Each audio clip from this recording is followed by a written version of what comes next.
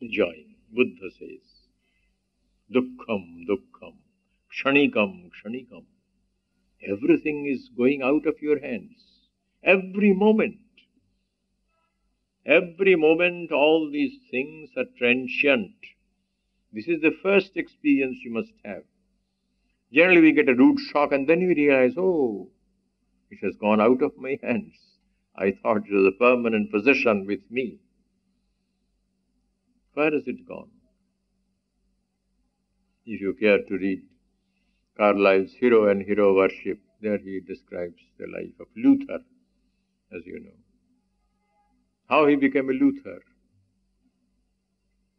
He had a bosom friend. The two friends were going together one day, walking. And suddenly there was a crash. A thunderbolt came and hit his friend, and he dropped down dead. This turned his attention immediately. Is this life? Such a close friend of mine. He was just the minute before he was talking to me. We are enjoying all these things. Where has he gone? How has this happened? So in that way, the question arises. With this gloom, I am giving illustrations. From different sources you can get illustrations. That same Buddha, he saw just one single instance of an old man, of a dead man. And that immediately turned his attention. Jara, jara, iti prasameekshamana. No, I want to go for a walk. He was driving a chariot, and he asked the charioteer, what has happened to this old man? He said, Prince, this is the fate of every man. He is an old man. He has lost all his powers, and that is why he is moving in that way with great difficulty. He is walking. Is that so? Will that happen to me also? So he says, Prince, yes, it will happen to you, happen to every human being. Then how can one remain contented? How can forget what is the ultimate nature of things? Turn back the chariot, I will go back. I won't enjoy all this. Just one single instance, that is why made me awake. He became the Buddha. So that is what happens, he here says, that on one side, he must realize that all he is and all he has, both these things. Please remember, I and mine.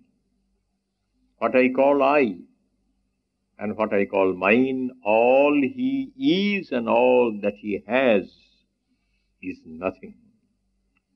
So Buddha didn't say what is that all, what is that something.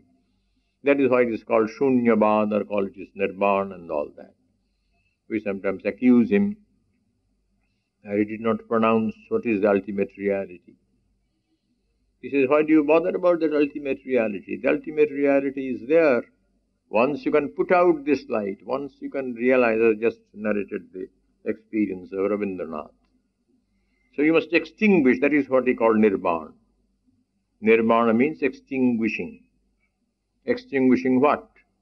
The small candle, this little ego, this little I. Then you will find it's all flooded with that light. So it is not darkness, it is not a void. That is the fullness. But you must make void your own little self, and then he can see in joy that within his heart is the all. So please remember, this is the background, and that is why it is called Visada Yoga. And last day we started a little of what the Lord is giving out in small doses, as it were. So the first call I have told you was to call for awakening. On being awake, we find that we are assailed by these different tendencies or different currents. On one side, pravritti, nivritti and all that. In another word, it is called dvandva. Dvandva means conflict. and also means also pairs of opposites. And that verse of the Bhagavad Gita says, Shita, Ushna, Sukha, Dukkha.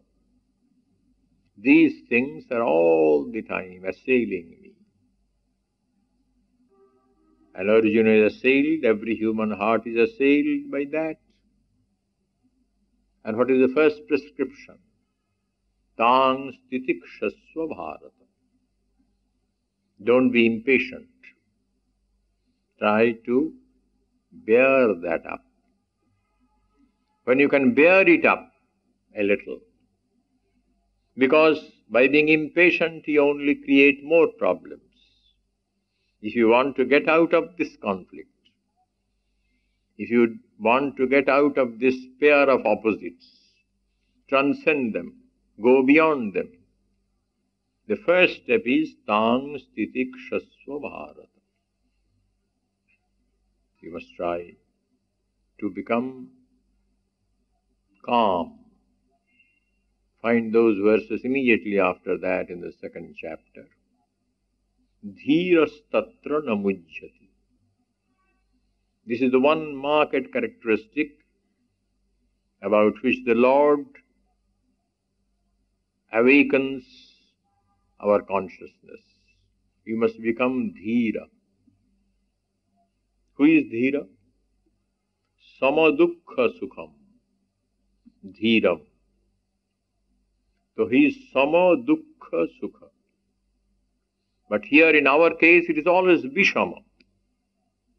Sometimes we incline towards sukha and try to draw us back from dukkha. This is the attraction and repulsion. In former Sanskrit words are raga and dvesha. Raga is attachment, is drawing me in towards it, and I am trying to throw out dukkha. But dhira is one who is sama dukkha sukham. Again the question will arise, as Krishna put it there. Then life will be absolutely barren without these waves of sukha and dukkha. So I am turning myself into a stone, as it were. What does it mean? Samadukha sukham. But what the Lord adds there, so amritatvaya kalpate, that is the true immortality. That is the real bliss. If you can really transcend this pair of opposites, because we are being duped, deceived at every step. Sukha is attracting me, asking me, pulling me to come to his side. But as soon as we get hold of it, immediately we lose it. Why should we run after it? Again and again we are being deceived. But when we go beyond both, then we find this is called bliss. Please remember, don't confuse, we generally confuse Sukh with Ananda. Ananda is that word used in Sanskrit. Satchidananda use it. But it is not happiness. Sometimes in English we translate it as bliss. What does this Ananda mean? Ananda is nothing but fullness. Here we feel depleted, and therefore we try to fill ourselves with happiness. But when I am full, my stomach is full, I don't want to eat anything. So that fullness or that contentment, that is called Ananda. That is called bliss. He does not crave for anything, because he has no want. He has not lost anything which he has to fill by taking things from outside. He is full in himself. This is called Atma Kama or Apta Kama.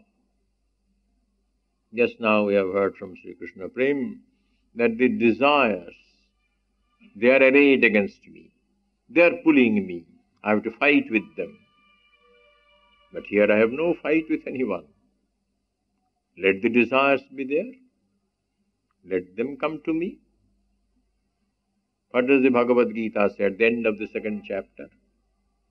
With that beautiful imagery, Apuryamanam achala pratishtham samudramapah pravishanti jadvat tadavat kama yam pravishanti sarve sashanti mapnoti na kama kami.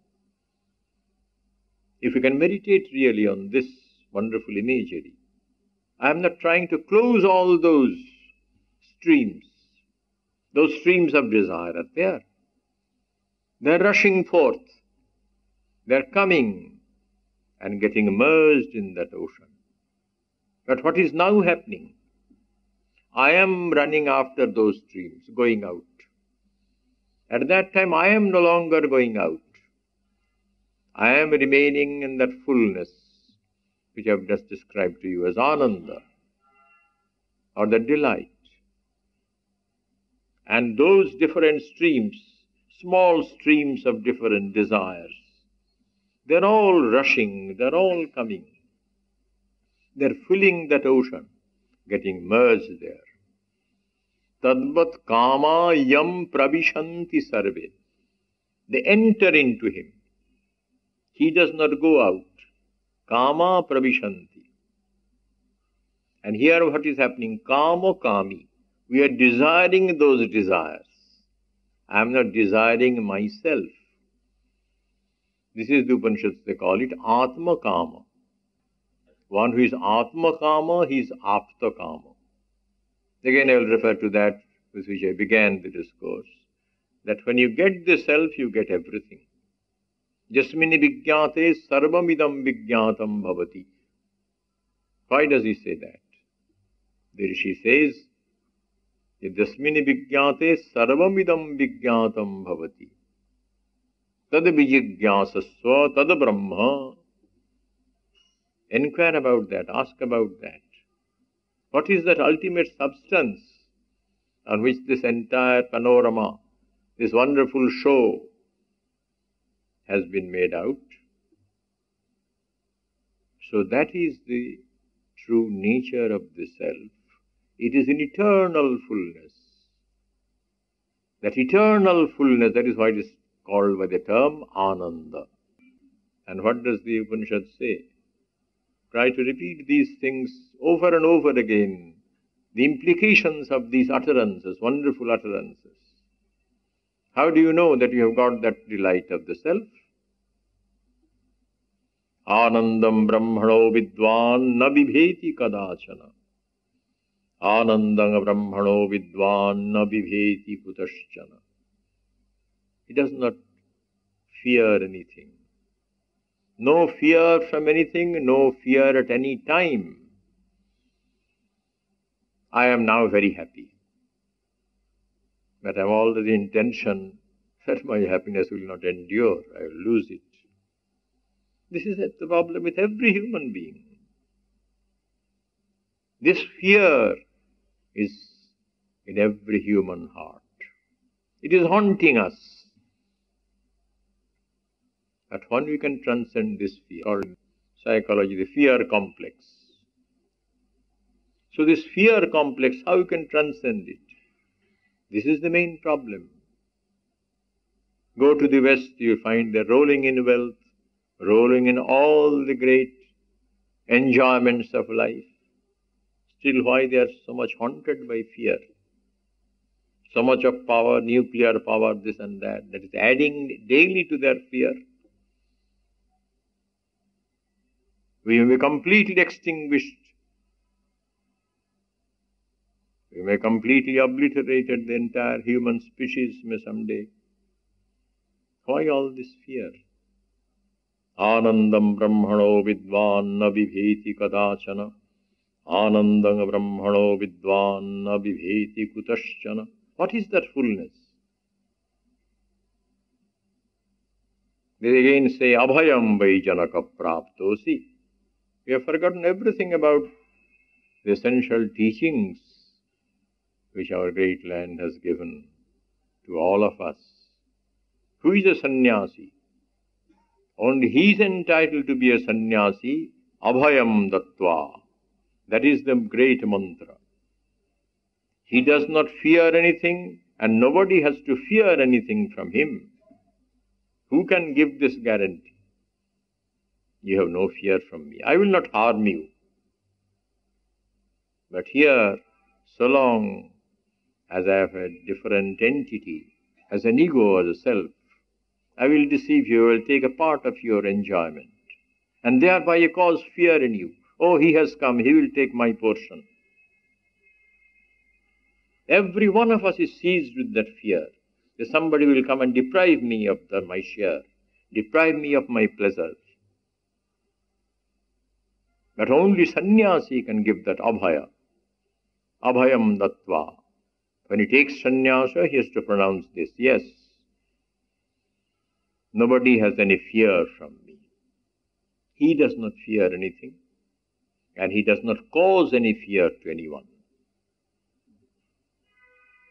So that is the real self-realization, and towards that realization I have been carried there by this pronouncement that if you must become sama dukkha sukham dhiram, the first step is to become dhira, become calm and composed.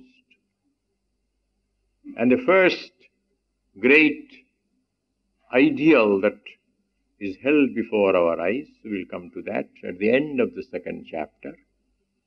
I have referred to that again and again. The father of the nation, Mahatma Gandhi, made that the pole star of his life, to become a sthita prajna. When you become completely unruffled, you are not tossed this way and that. You become sthita. You are all asthira, asthita. So the first step, about which we will elaborate next when you take it up, we don't know who is that Lord or who is Bhagavan, this and that.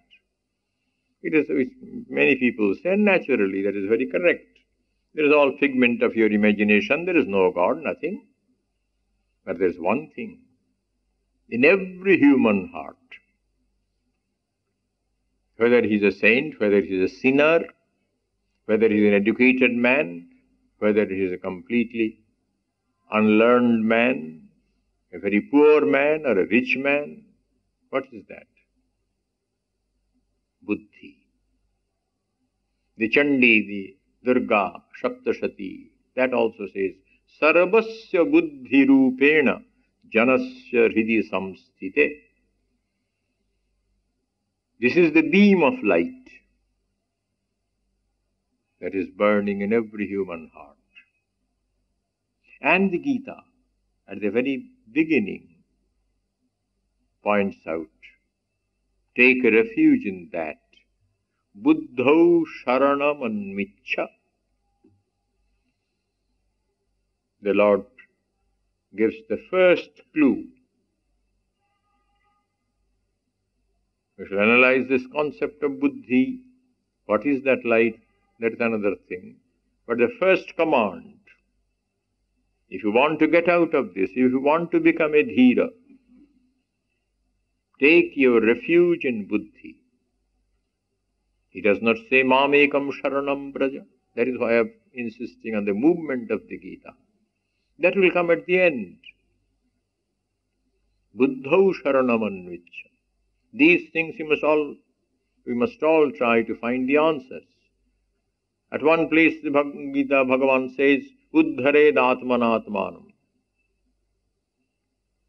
You must try to get out of this conflict by yourself.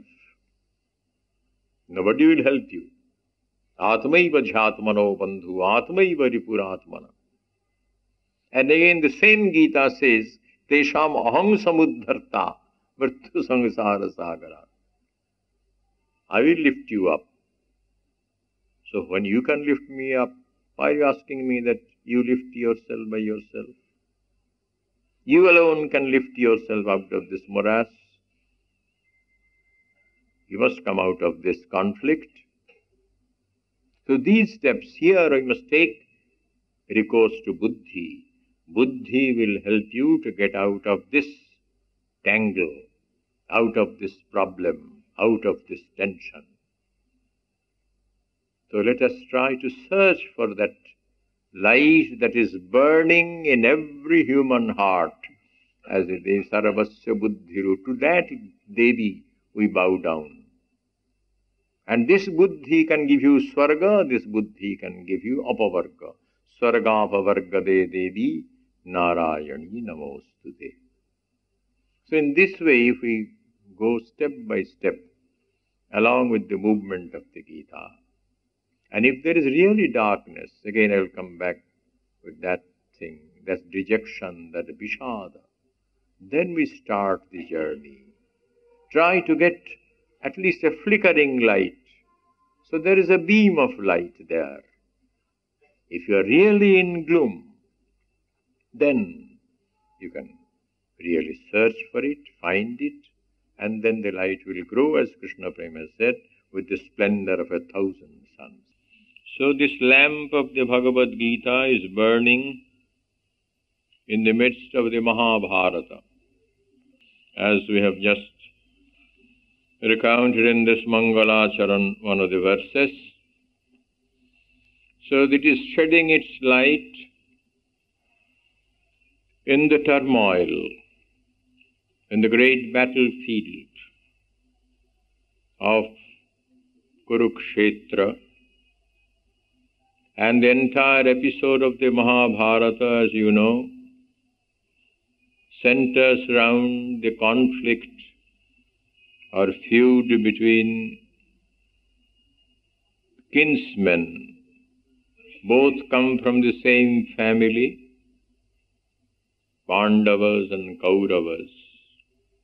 So that is the eternal conflict that is going on in every human heart also. Both are kinsmen in the sense both spring from the same source.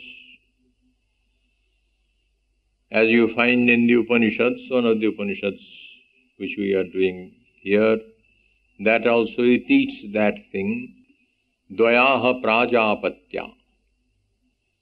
Both are sons of Prajapati, the creator, Devascha Asurascha. So you will find the parallel, that is why I am reminding you of that. The Upanishad says that the Devas are small in number. They are not very strong, they are rather weak. And the stronger force is those of the Asuras. Jayangsa and Kaniyangsa, these two terms are used in the Upanishads.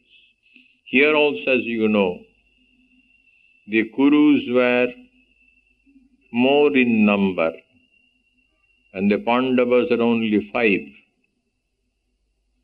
So that also is a great similarity, because some have described it, the story or the episode, that it is a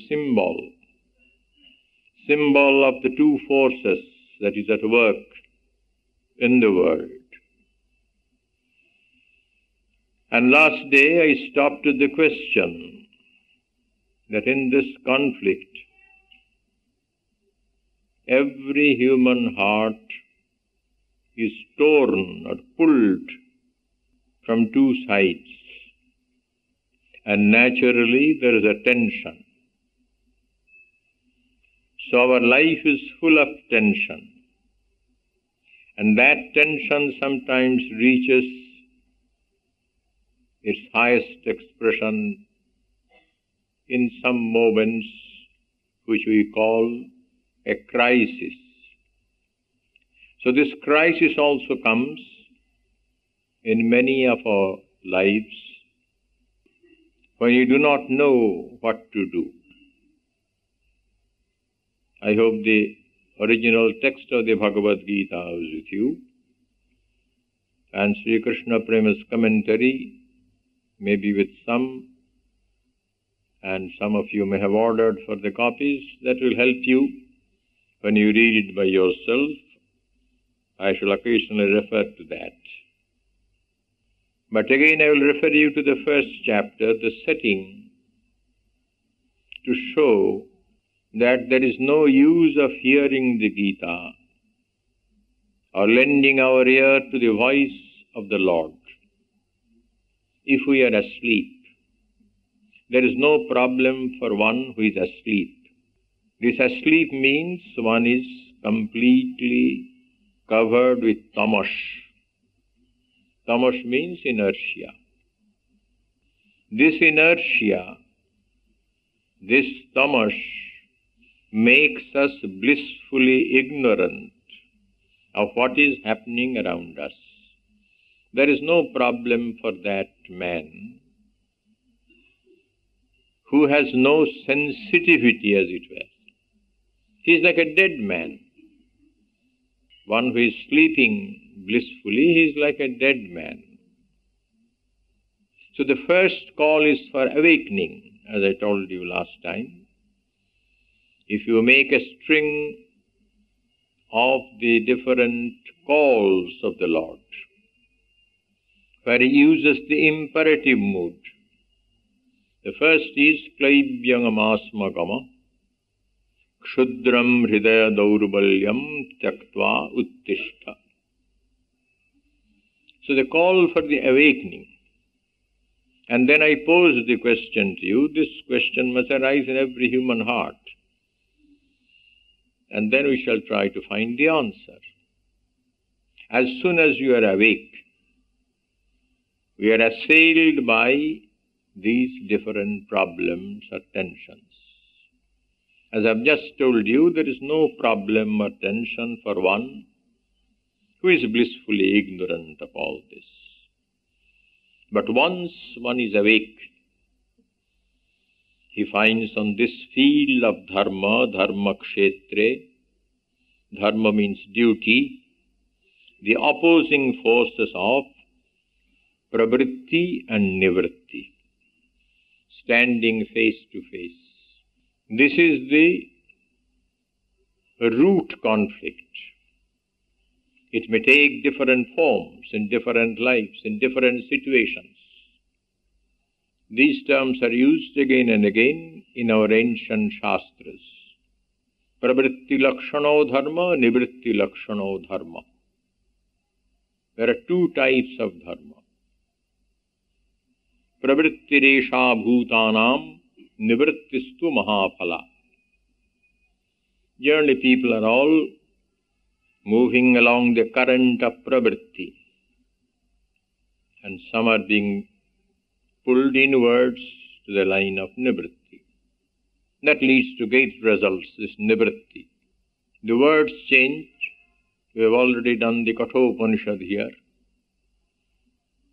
If we care to remember it aright, there also Jamaraj teaches Nachiketas that there are two forces, Shreyascha Preyascha. From two sides, they are pulling the Dhira, who is placed in the middle. The same thing has been told there with these two words, pair of words, Shreya and Preya. So sometimes pravritti, nivritti are prayas and shreyas. Prayas is calling me out, shreyas is calling me in. And therefore there is this opposition. One is calling me out, another is calling me in. So these things should be judged in the context of every situation of our own lives. Therefore, as I have already pleaded to you, we should not read the Gita as an academic text, but as related to life. Everyone feels this pull, prayas and shreyas, and the soul is poised, inactive, between the two opposite tendencies. I am standing in the middle. Here in the outer situation also, on one side are the Kauravas, on the other side are the Pandavas, in the middle Arjuna is standing. We stand in the middle. And what does Arjuna find? What do we find? His own heart's blood is, as it were, arrayed against him, Sri Krishna Prem says. His own heart's blood. They are my kinsmen. My own heart's blood is arrayed against me. Why? They are seen to be leagued with the outgoing forces of Pravritti. My own blood relations, my kinsmen, they have joined with the forces of Pravritti and seem to be opposing the destined triumph of the soul. They don't allow the soul to be victorious. So they have joined that line of Pravritti. And so Arjuna is standing between these two forces. So in whatever situation we may be placed, how should we determine which path to follow? The Gita gives unfailing guidance in this. Follow that path which will lead to the victory of the soul. This is the only criterion. This should be the only guideline. And that which will cover up the soul, that which will lead to the defeat of the soul, we must always try to shun that path. Only then we can really determine how to reach that goal. This determination must be fixed first of all, that I want the victory of the soul. So therefore, as in the outer world, Arjuna finds his own kinsmen, as Krishna Prem says, his heart's blood, own heart's blood arrayed against him. Turn the picture inwards, Sri Krishna Prem says. In the inner world too, he is faced with the same situation. He may say that is a problem with Arjuna, not with me. So what is the use of hearing the Gita? That poor soul Arjuna, he was placed in such a situation, and therefore he is trying to coming out of that. And so he was in a desperate situation, he was in a great conflict, a tension, and therefore approached Krishna. But here also in the inner world, he is faced with the same situation. Arrayed against him, he finds the army of his desires. We say his desires. It is my own desires who are arrayed against me. I have to take up my arms against my own desires. So these desires are not outsiders. So let us meditate about this thing. Where do these desires reside? Therefore, sometimes we use the word karmashaya. Ashaya means that which sleeps in our heart. It is called ashaya, from the root she or sleep. Shete, asherate. They are all lying inside my heart. I have nurtured them. I have given them all encouragement. But now I find that they are arrayed against me. What is this me? That is that light of the soul. So the desires want to put out that light. This is the conflict. They are arrayed against me, against my soul or self. This is the situation with which every aspirant is faced, and through which sooner or later all have to pass. Sri Krishna Prem beautifully says that this is a situation through which every one of us someday or other will have to pass. And therefore, we shall have to listen to the voice, the divine voice. And then, what happens? On one side, either I must part with all desires, cling to the self, or we must dismiss the self and give myself up wholly to the desires. So in order to follow the inner path, or the path of nivritti, the demand is that all desire must be renounced and utterly slain. But immediately as you find what happens, reaction, complete depression, desolation. Sri Krishna Prem very beautifully analyzes and pronounces that the real source of dissolution is the prospect of a life in which all desire and ambition will be dead. So everything will be bleak. Why Arjuna refusing to fight? A sense of desolation. All my kinsmen will be killed. Nobody will be there. So as I was just telling you, those very desires with which I was in so deep a tie, I am trying to sever my connections. And what is that life? There is this prospect of a life in which all desire and ambition will be dead. That a luminous commentary here is why I am referring back, asking you to follow that. How beautifully it puts.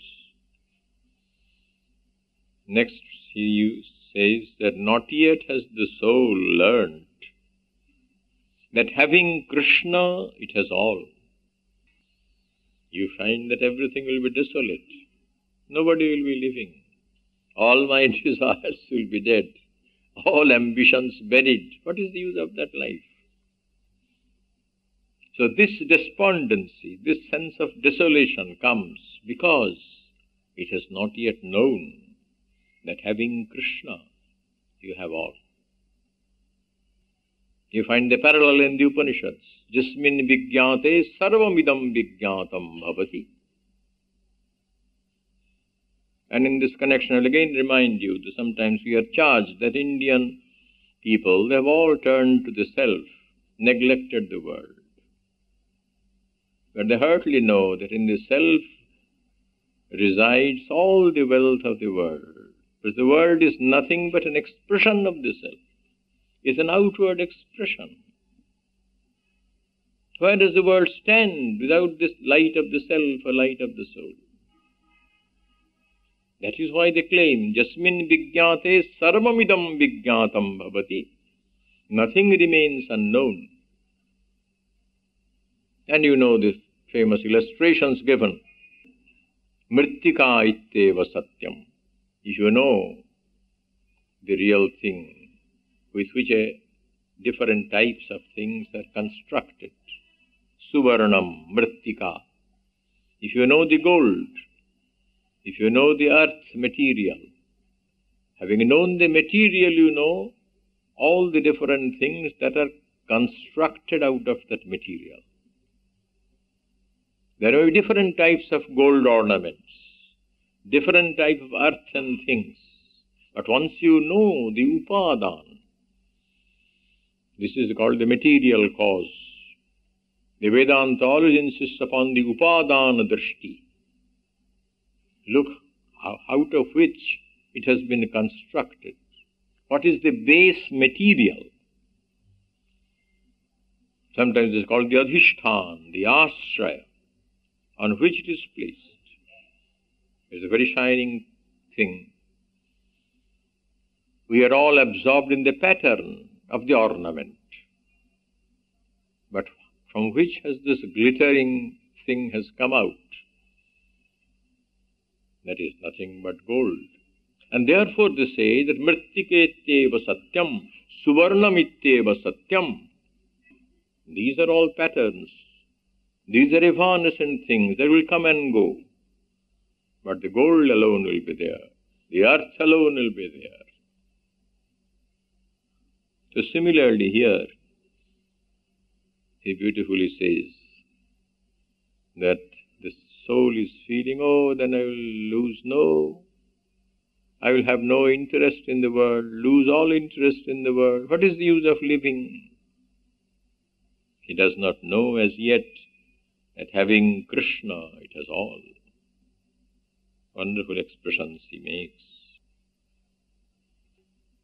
And he also cannot hear the voice of that Krishna. He says, the voice of Krishna can be heard only in silence. And as long as the heart is filled with the clamor of desire, the silver tones of the voice cannot be heard. It is all the time ringing in my heart. Mahatma Gandhi also once wrote to me in that beautiful letter that the divine music is incessantly going on in our midst. But the senses drown that music. We can't hear it. The flute of Krishna, some bhaktas will say. So whatever it is, without that silence. So he is describing the first chapter, the dejection. But now when the dejection ceases, it is only when the outer world becomes utterly dark that the ray of the divine star can be seen by us. So when we lead an easygoing life, we don't feel any call, we don't feel any urge to hear that voice or have that guidance. And that is why Krishna Prem reminds that the first chapter is generally skipped over, is of no use. But we forget that this is a Visada yoga. This is the first step in yoga. He is very fortunate who is really seized by this gloom. When a crisis deepens, this crisis comes only in a very rare soul. He is seized with the problem. Unless he can find the answer, he can't rest because the gloom encircles. So, the so-called life of outer senses is eclipsed. So he says, the light is eternally there. Though it shines eternally, yet it is only when the glaring sunlight of the so-called life is eclipsed that we can at first perceive it. Only then we can perceive it. I once referred to that wonderful experience of Rabindranath Tagore, which is described in his Chinna Patra, his letters. As you know, he sometimes used to live in a boat on the river. At that time he was living in that boat, reading something or feeling sleepy. Then one candle was just burning and he was reading that. Then he put out that candle and he wanted to go to sleep. Then it describes, as soon as I put out that candle, I found that the entire region was all flooded with moonlight. Then I realized that this small candle had kept away that wonderful moonlight from me so long. So that is what is being described here, this glaring light of our so-called sense life that peeps out that wonderful inner light, that ray of the divine light. So sometimes it happens in life that light goes out. This light of the sense life. I was leading a very smooth life. I get a rude shock. I find that I have lost all my anchorage. So how really to face this problem? So this problem seizes Arjuna. This is the dejection. Krishna Prem in the next paragraph very beautifully says, this is the movement of the Gita. Please remember, I have again and again referred to that.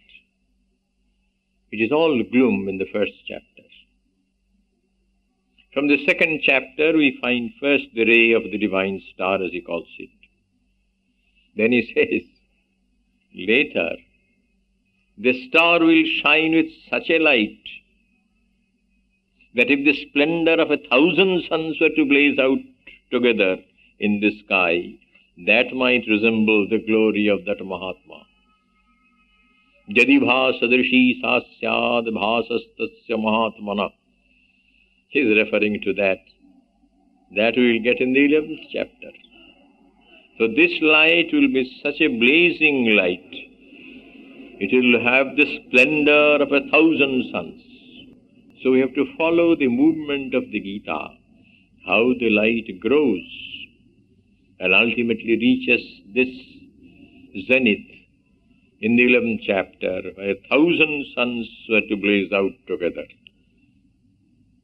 And that voice will also reverberate throughout the eternities as the tides of being thunder upon the beaches of the world.